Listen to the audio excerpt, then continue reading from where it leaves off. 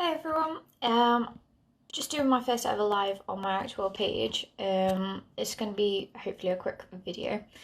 So this is in relation to some of the string art kits that I'm sort of creating basically. I've only done a couple so far and at the minute only two have gone out. So kind of in the testing phase, making sure that everything is okay.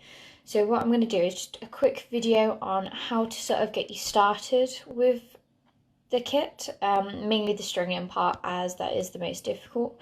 The kit that I'm doing at the minute is one that is already pre-hammered, as that is the ones, well, it's the same as the ones that have already gone out. So I'm just going to flip the camera hopefully, and hopefully you can see everything. So this is one of the ones I've got at the moment. So it's a small square piece. I do all of mine on pine.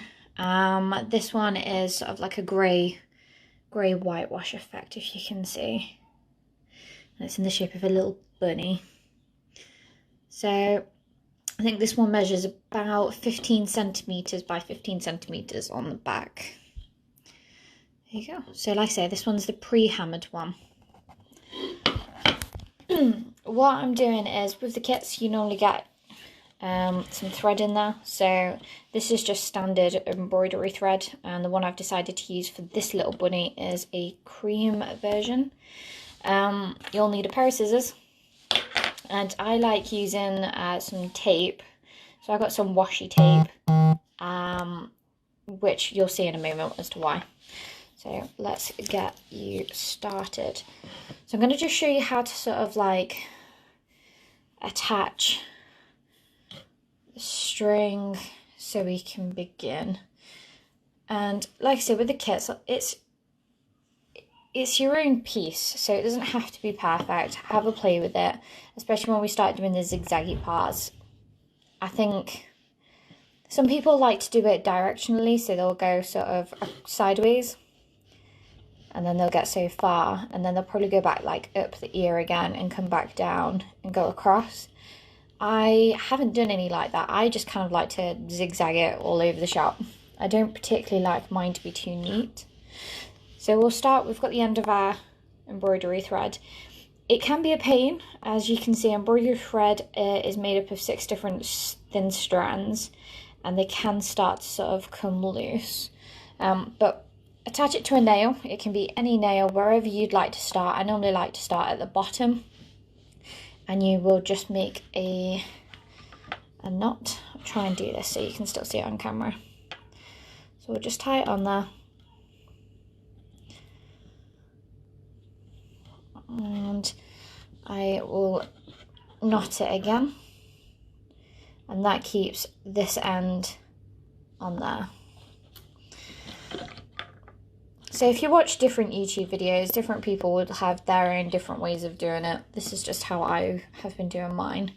So you want to basically make sure you've got a bit of a tail, and make sure you leave yourself enough, because once we've finished, we'll be attaching the other end to the tail to finalise and tie everything off.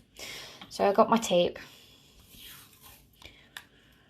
and I normally just use this just to keep my tail to one side. This is really good if you are using different strands, like different coloured strands, or if I'm doing a particularly big piece and I'll have sort of different strands coming off at different points. I like to keep the tail still attached, just in case. What I like to do is, to get started, sorry, I'm attached to all the embroidery thread. I like to do a bit of an outline first, just to give the shape, and then I know where basically I'm working with. So we'll start, and you just loop it around. So it helps actually that I kind of have nails. So just loop it around, loop like so. It's always good to push it down a bit, and this helps if, again, you were doing several colours, as if you were to go over with a pink or something, for example, the pink will actually sit on the top of this particular strand, which helps build layers. So for anybody that sees my work, I have done like a stitch, and the stitch is made up of about 4 or 5 different colours. And to do those, I have to kind of figure out what colour is going where, and then make sure I sort of layer it accordingly, basically, which helps give it a bit of depth. Anyway, so we'll just keep looping it around. I'm hoping you can all see. So it's literally just a loop. Come a bit closer. So just a loop and pull tight.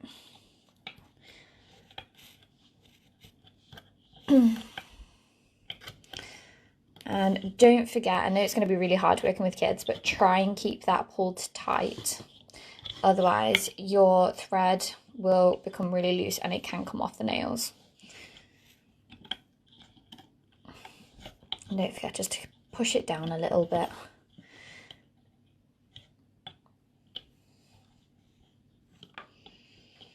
So I know the string art pieces that I've got, well, that have been sent out. One was a chick and one was an elephant.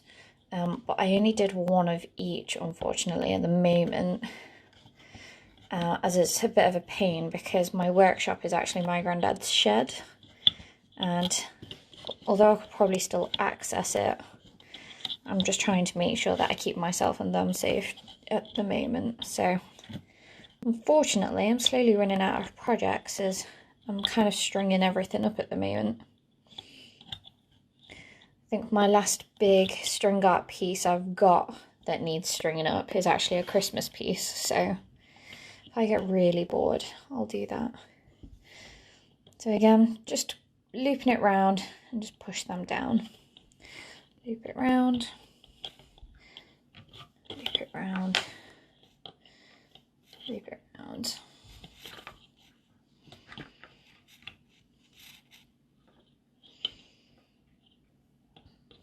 There you go. So now we're back to our original starting point, which is where the tail was. So just here. And as you can sort of see, that is a bit of the outline of the bunny. So like I say, it just helps so you know what you're actually working with and you can work within those sort of guidelines as well. So this is the fun bit, I guess. Just go crazy. There is no particular way of doing this. Like I say, some people like to go side to side, for example, and work off the same pin. I don't like that. I find it's a bit too neat. I literally just like to go for it. And there's quite a lot of thread, to be fair, that you get with this kit. So this is about 8 meters worth. And for something like this, you will definitely only need one. So for anybody that is looking to get one of the kits, I will, if you want like 2 different colours, I will probably do you 4 meters of one colour and 4 meters of the other, because you just don't need, 16 meters worth of thread. Sorry.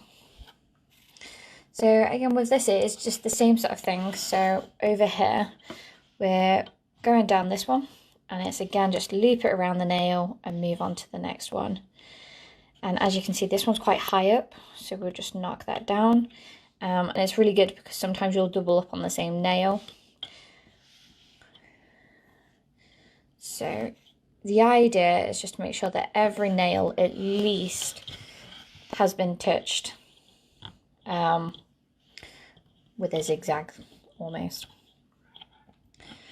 And that is kind of it. You just go, and like I said, there is no particular order. Just go until you're happy that it's as covered as you want. You don't have to use the full 8 meters. I don't think I probably will.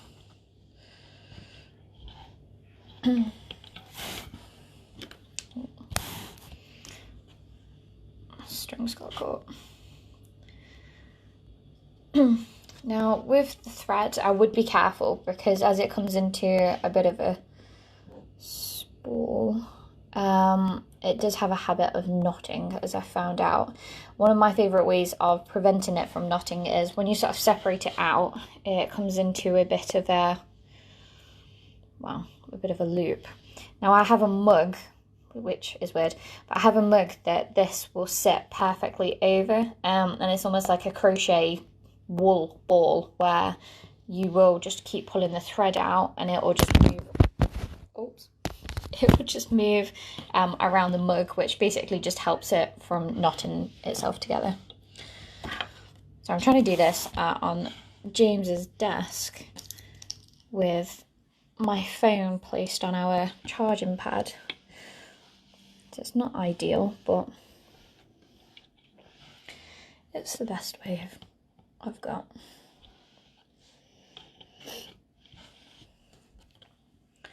So you just want to, like I say, keep going.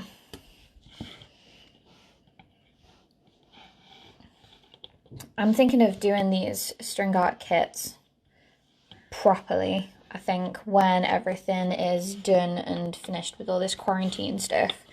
I'm looking at doing some that are both pre-hammered, so ones that are already hammered like this one, where you don't really need any tools other than, like I say, the thread, which is provided, and scissors and a tape if needed. But I'm also looking at doing some that you have to hammer in yourself, just for adults that are looking to maybe get into it, or older children. So there are different options. Ideally, I think I'm only going to start doing them at this 15 by 15 centimeter size, as they're just kind of just the perfect size just to get you started. Different colours will be available when I am able to get some more threads. At the moment, I normally get my threads off Derby Marketplace, but obviously they are closed.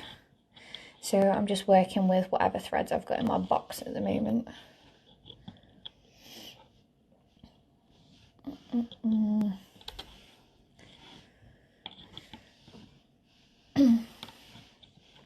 I am looking at doing some alternatives as well. So I think the chick, I've got some hearts as well. They do have a bit of space here sort of at the top, which you could also personalize. So because I have a vinyl machine, what I could do is print off and cut out the name of whoever you want the kit for, or if it's a child that's doing it, you can have the child's name just so they know it's their piece of work that they've done. What I'll do is I'll attach that to some tape, and then all you would have to do is place the sort of masking tape at the top, rub it down and transfer the name over. So that will be sort of built into the charges as well, if anybody's actually interested in these.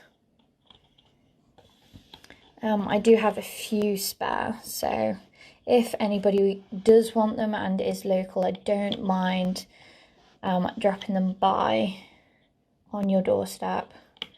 And I do have PayPal as well, if that makes things easier.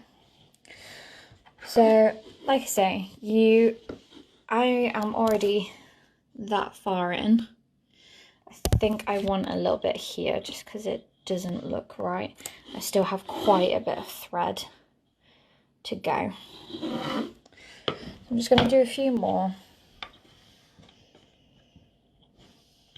And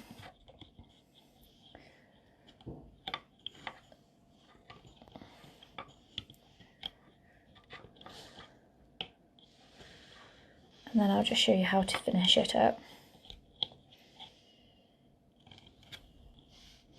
Sometimes holding it at a distance kind of helps you see maybe where the gaps are, and where it's a little bit sparse, where we've missed it. So for me, it would be sort of down here. I probably want a little bit more, maybe sort of up on the top left ear, maybe. So we'll just do a few more sort of on the actual head part itself.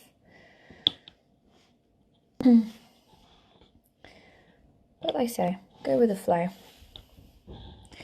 The idea is to not be too critical about it. Don't think too much about where you want it to go.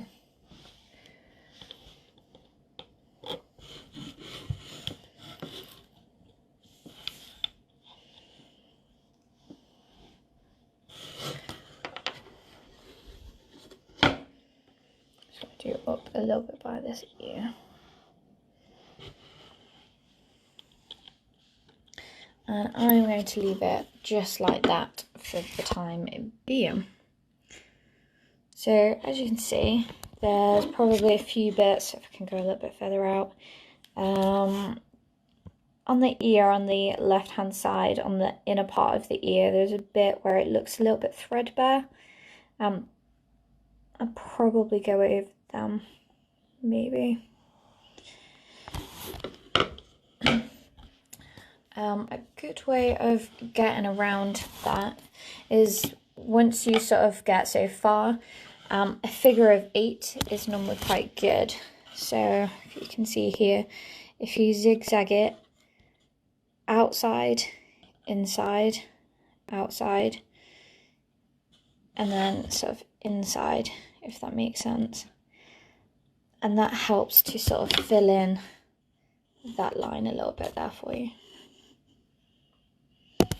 And I'll show you what I mean on top of this ear.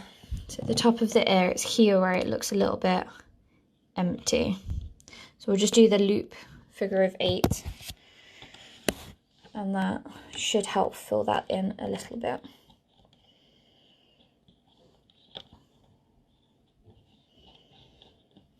I'm just going to do that around the whole of the outside, back to where I started.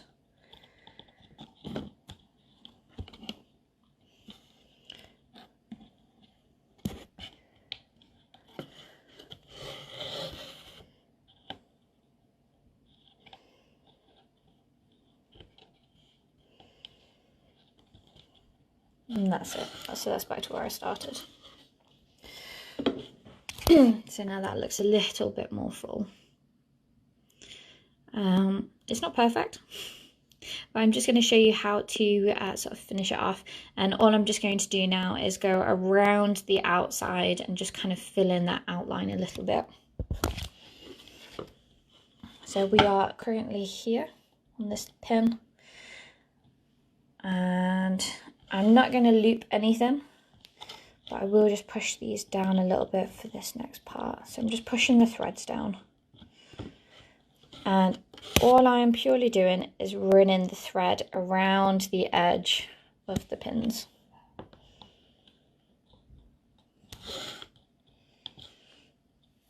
And try and not knot up my thread, that'd be really good. I think I spend most of my time actually de-knotting thread, especially on my bigger pieces. So just unknot this real quick. There's not much left. And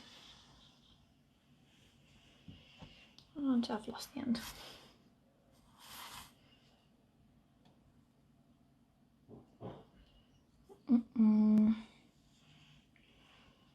There we go, getting there. Perfect. Right, so that's the end. So just to finish off, so we're just going around the outside of the ears, and we'll come all the way to the bottom. So now we're here in the corner of the ear, we'll just do a loop around the next pin in, and I just need to push these down because they're a bit close to the top of the pin head. And then again, just go around the outside of the ear. I'll just push these down. And around. I'm going to do the same for the head. And like I say, this just helps to frame off the image, which looks really, really good for a final piece. Especially on some of the bigger ones, it helps to make the individual bits stand out. So it's easier for me just to turn the whole piece of wood. I'm just going to do that one more time. Although I have...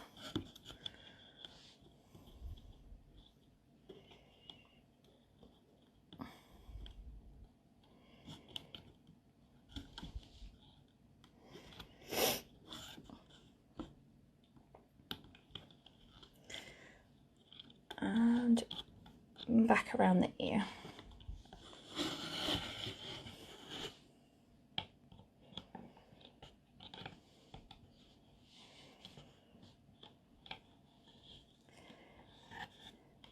and we are almost done. So I'm only going back to where I started. So I'm just going back to where that original tail was, which is here on this pin. I'm just going to pull that to one side. I just want to show you how much thread there is left. So I have just that much thread. So there's not a lot left. So I could have done a few more sort of layers on the actual body itself. Or if you want to go around the outside of the bunny face again, you can also do that. So that is it. So just show you how to tie it off, and then it is pretty much done. So because we've secured the end of the tail down with the tape, we just take the tape off, and then you've got your tail. So you might have to help your kid with this. So you've got this, you've got the other one, and it is literally a case of just knotting it together. Do a loop around the final pin, and then it is a case of just knotting together.